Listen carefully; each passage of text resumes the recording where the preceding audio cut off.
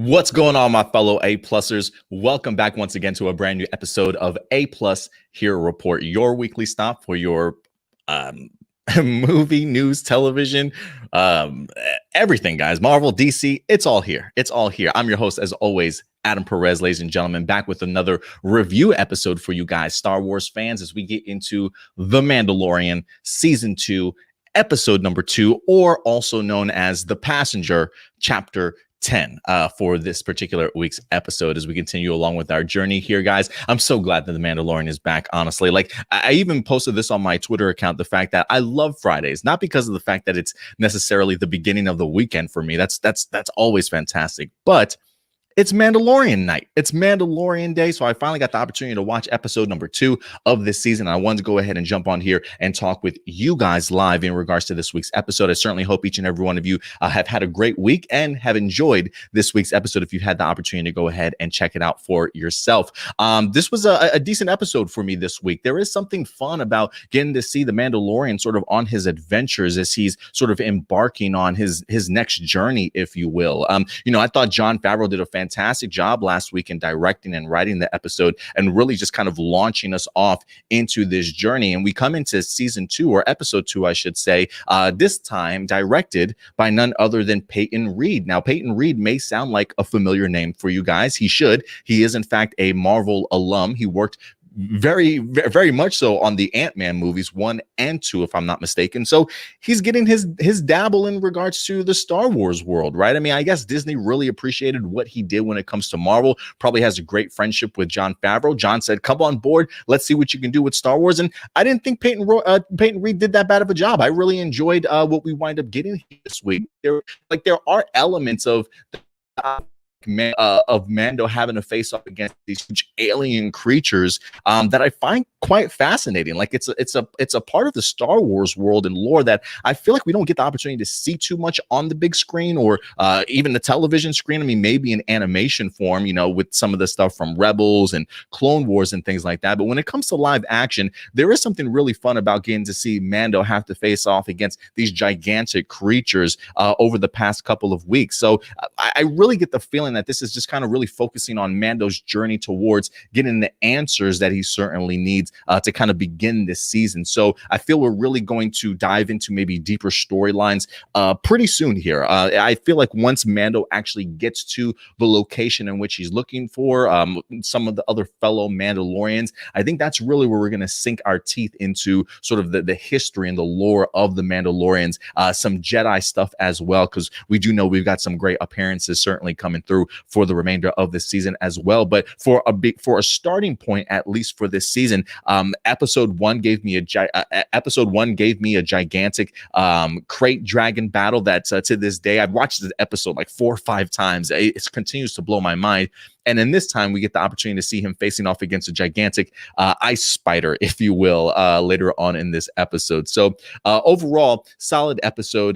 Definitely enjoyed it. Had its moments, a little bit boring at times. I'm certainly not going to lie. There are some pacing issues that I certainly had with this episode. But overall, I thought it was another solid entry, at least, into The Mandalorian. But I can understand if some people certainly weren't the biggest fans of this. But I thought there was great action pieces in here, especially to sort of begin with, as we wind up having the fight between Mandalorian and along some other, I don't know if they were just other bounty hunters that were also looking for our baby Yoda, if you will. I mean, we know that the Mandalorian is on the run for people, that people are constantly going to be trying to hunt him down. So I don't know if they were certainly bounties or if they were just people amongst, living on Tatooine that just wanted to go ahead and jump him and get whatever it is that he certainly had on him. Who certainly knows? But I thought it was a great action piece to begin with. And I thought Peyton Reed certainly brought some humor just with that scene of Mando giving over his rocket pack, him picking up baby Yoda and then using the rocket pack to like launch the last, the last thief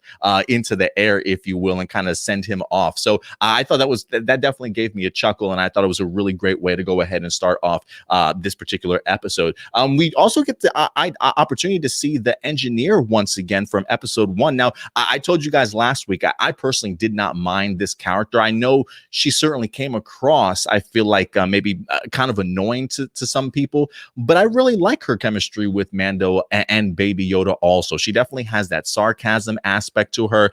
They certainly seem to get along pretty well. I mean, I love the scene in this episode where he comes back to Mos Eisley, I guess, with all his findings and his rewards, the Boba Fett armor and things like that. And I love that he walks in on her while she's playing a card game, winds up actually paying for the entry fee for Dr. Mandible over here, only to come to find out that she's the one that wind up winning the pot and actually taking Mandalorian's money. So I thought that was pretty funny, just the sort of game that she wind up pulling on him. And who doesn't love the name Dr. Mandible? The fact that it's like a giant ant and everything like that, I thought it was just perfect. Just the creatures and the characters that Dave Filoni and Jon Favreau really create for the show. And speaking of creatures that I really enjoyed this week, I really enjoyed the Frog Lady. I thought the attention to detail in regards to just the practical effects for her, in regards to the costume that she wore, the tank of like frog eggs on her back, just seeing some of like the concept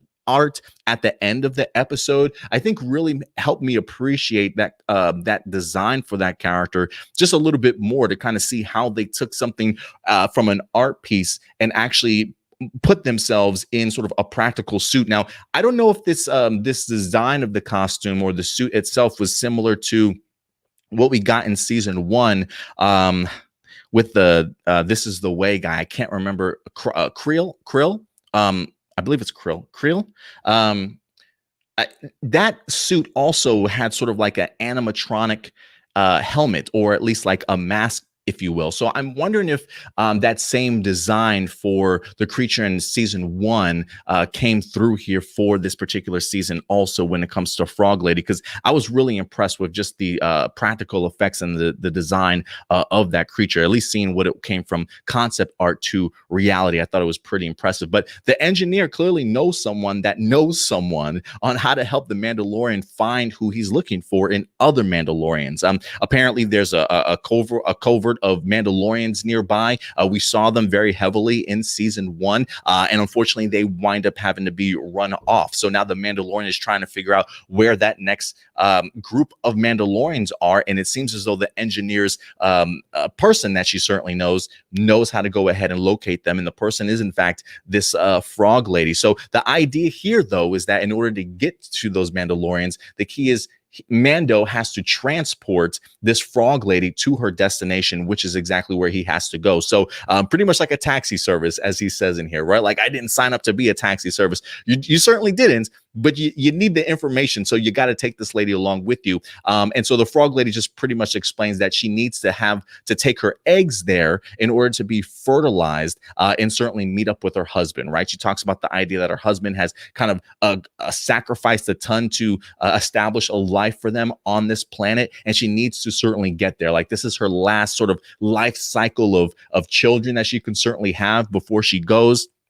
So it's really imperative that Mando helps her get to her destination. But the key here is no hyperspace. And unfortunately, that is just not something that the Mando is very keen on, because as we saw at the beginning of the episode, everybody is after this dude. And so he needs to be on the run as soon as possible. But unfortunately, he's got a mission where he's got to slow down a little bit. So he's going to the moon of Trask in the Cole Iben system, I believe is what the engineer wind up saying. So the moon of Trask is in fact their destination. I do want to take this minute as we see Mandalorian kind of going on his journey here. I do want to take this moment to talk a little bit about Baby Yoda, who certainly had some great elements to him this week.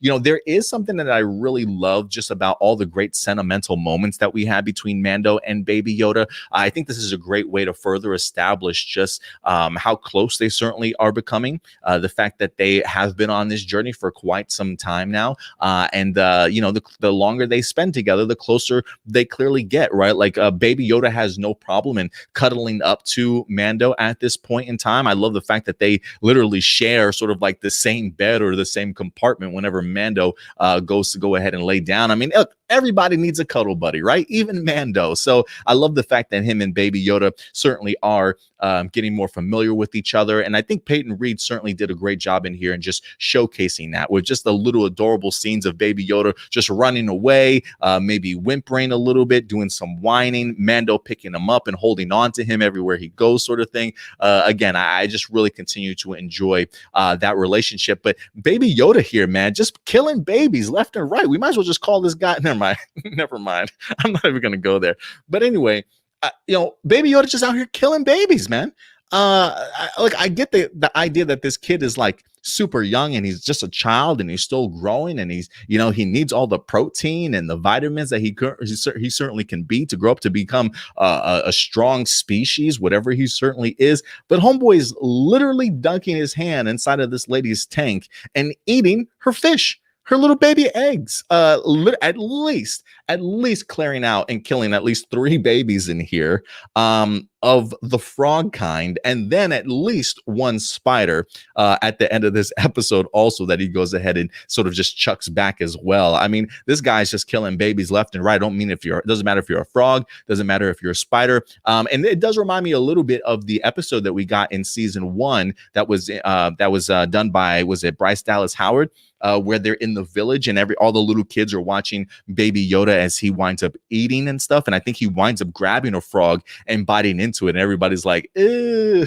So that's exactly what it was here also. But it was legit Baby Yoda on the sneak tip trying to eat this frog lady's babies. Like anytime you turned around, he's got like a little egg in his face and he just swallows it whole and things like that. So, I didn't know exactly how to feel about that, just because it's like, hey, man, this lady is legit trying to get her babies from one location to the other, and Baby Yoda's out here just picking them off left and right all by himself. Like, we don't even need enemies to stop her from getting her eggs there. Let's just leave it up to Baby Yoda. So not quite sure how I felt about that, of him just killing off these offspring, but Baby Yoda got to live, right? Baby Yoda's got to survive in some way or another.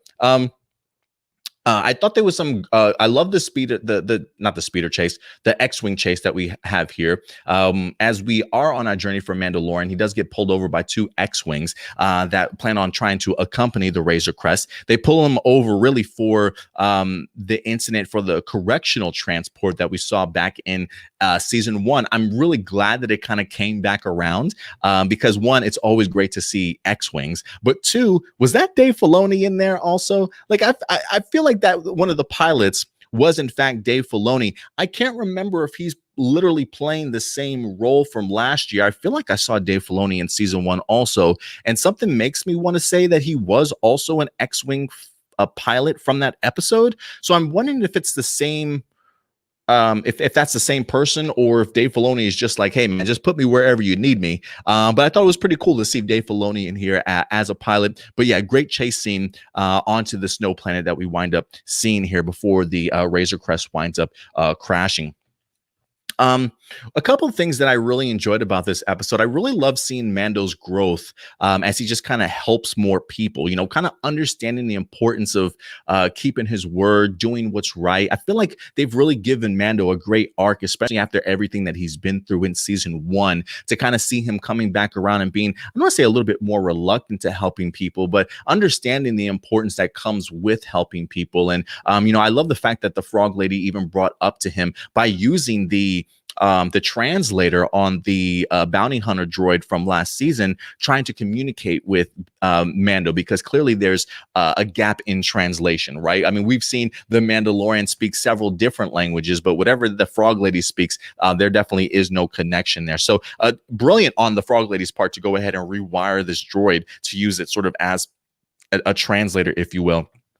But she really speaks to the heart of the Mandalorian, letting him know that, the importance of keeping your word as part of the Mandalorian code. And so after he winds up getting called out, he does reluctantly try and do his best to at least repair his ship and help them sort of get out. But I thought that was interesting, at the idea that this was 2 episodes in a row where he had encounters with just huge creatures, right? The first, the crate dragon, and now these ice spiders. I thought the effects have been great, honestly, in regards to this season when it comes to showcasing just these big creatures, right? Because they can't, my biggest worry is what the special effects are certainly going to look like, but the budget is definitely there. The production value is certainly there for sure. So I've really enjoyed visually what I have seen. And I even enjoy sort of the subtle signs of ice on Mandalorian's helmet in here. The idea that it's kind of frosting over in certain areas. I thought that was a really nice touch to kind of showcase the environment that they're certainly in. And I was also really impressed with a lot of the set pieces from seeing the Mandalorian sort of cargo area sort of turn into like the spider den where there's like a bunch of spider webs all over the place and carcasses and things like that. I thought they just did a really good job with a lot of the set pieces from the from the Razor Crest stuff to even the icy corridors of this ice cave that we were certainly in, and the hot water spring or something like that the frog lady was chilling in. I just really enjoyed all the set pieces that we wind up getting here and all the creature designs. I was really impressed. And again, I think it's important to understand that while I think for me, did I want to jump back into this season and just dive right into the nitty gritty of these storylines? Yeah, absolutely. But there's nothing wrong with storylines that just kind of push these characters forward just a little bit, right? Putting them on sort of side quest adventures that are still pivotal to them getting to their end game or their end storyline. So to kind of see when we left off in season 1, we knew that Mando was going to be on a journey to find a home and find other Mandalorians. And coming into season 2, our first 2 episodes in, that's exactly what we see Mando doing. Again, it's not getting heavy and deep into storyline modes, but make no mistake, it definitely has been doing a great job of at least having a fun time and showcasing us his journey along the way, because I've had some really great moments. I still enjoy episode 1 a lot more than I certainly did this one. For me, Peyton Reed, I'm not the biggest fan of Peyton Reed stuff outside of Ant-Man 1, if you will. I am eager to see what he does with Ant-Man 3, since he is in fact returning. I hear it's supposed to be bigger, on a much bigger and grander scale. So maybe his experience in doing something like The Mandalorian will certainly help him out in that sense as well.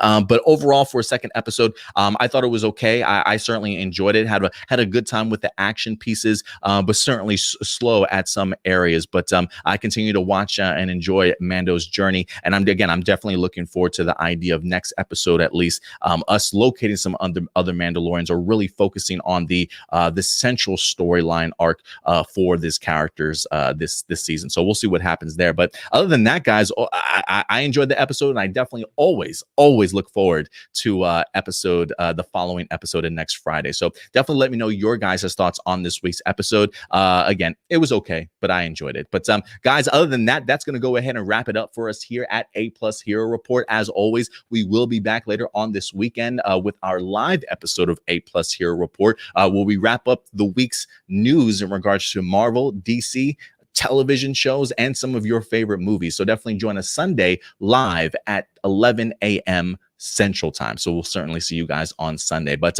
until next Friday, I'll certainly see you guys for another Mandalorian review. But in the meantime, do me a big favor, guys. Take care of yourselves, take care of each other, and keep it A+. May the Force be with you. Bye.